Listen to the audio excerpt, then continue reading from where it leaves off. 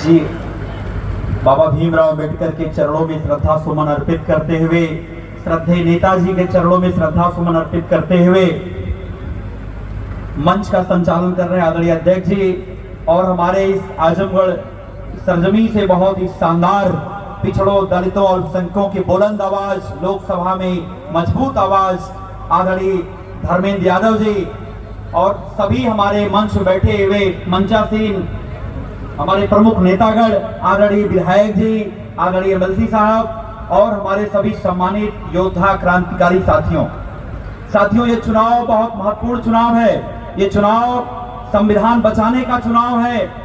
जिस तरीके से पूरे प्रदेश में हमारे दलित, पिछड़ा, अल्पसंख्यक नौजवान साथियों ने पूरे जोश के साथ संविधान बचाने की लड़ाई लड़ रहा है और इस आतताई सरकार को हटाने की कसम खा चुका है। जिस तरीके से हमारे 5वां चरण का चुनाव आज चल रहा है, नौजवान साथियों, आपके कंधे पर बहुत बड़ी जिम्मेदारी है। मैं ज्यादा कुछ अपनी बात नहीं करूंगा, लेकिन एक बात ध्यान रखना, क्योंकि ये चुनाव हमारा वो आखिरी चुनाव हो सकता है अगर हम और आप लोग नहीं सुधरे, नहीं समझे इस बात को कि संविधान कितना महत्वपूर्ण है। बाबा साहब के सपनों को यह आतताई सरकार चकनाचूर करना चाहती है। और मैं बता दूं, जिस तरीके से हमारे देश के हमारे महापुरुषों ने, असंख्य लोगों ने कितनी शहादत देने के बाद इतने खूबसूरत संविधान और देश की आजादी के लिए अपनी कुर्बानियां दी थी, उस कुर्बानियों को जाया नहीं होने देना है और हमें यह ध्यान रखना है किस तरीके से हमें संविधान की जो है रक्षा करनी है।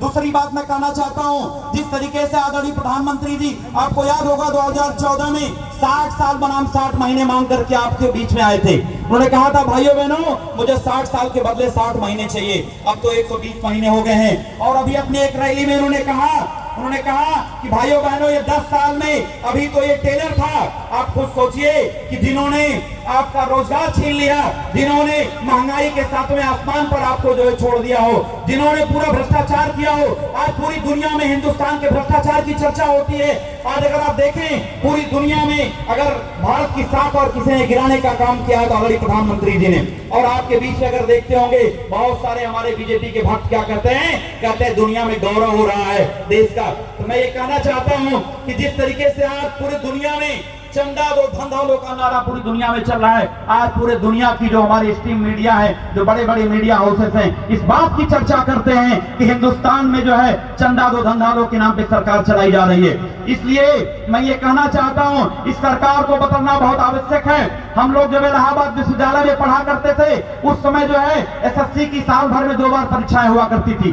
तकरीबन 15 से 20 हजार नौकरियां आती थी साल भर में केवल एसएससी में। रेलवे में हमेशा फार्म आते रहते थे। रेलवे में आप अगर देखो, सेना में हमारे जो सैनिक साथी बैठे हुए हैं, और आप देखिए जिस तरीके से उन्होंने अग्निवीर ला करके नौजवानों के जो भविष्य के साथ खिलवाड़ करने का काम किया है। मैं आपसे ये कहना चाहता हूं, जब भी आप वोट डालने जाना, माताओं, बहनों, हमारे बुजुर्ग साथियों, नौजवान साथियों, एक बार अपने घर के किचन की तरफ देखना और आप सिलेंडर को प्रणाम करके जाना। जो 400 रुपए का गैस सिलेंडर आपको 1100 में दिलवाने का काम किया। आप अपने बेटे के भविष्य के साथ देखना, जो आपका बेटा भाई, जो आपका पोस्ट ग्रेजुएट है, ग्रेजुएट है, बीटेक है, एमटेक है, उसके पास रोजगार नहीं है, अगर कोई नौकरी आती है तो उसका पेपर लीक करने का काम भी सरकार करती है। उसके भविष्य को याद करके वोट डालने जाना, चिंतन करना, मनन करना। आगामी 25 तारीख को एक बात जरूर ध्यान रखना कि हम और आप इतने सौभाग्यशाली लोग हैं जो इतने क्रांतिकारी नेता हमको और आपको मिलने का काम किए। आपको याद होगा 2022 में हमारी और आपकी छोटी गलतियों के कारण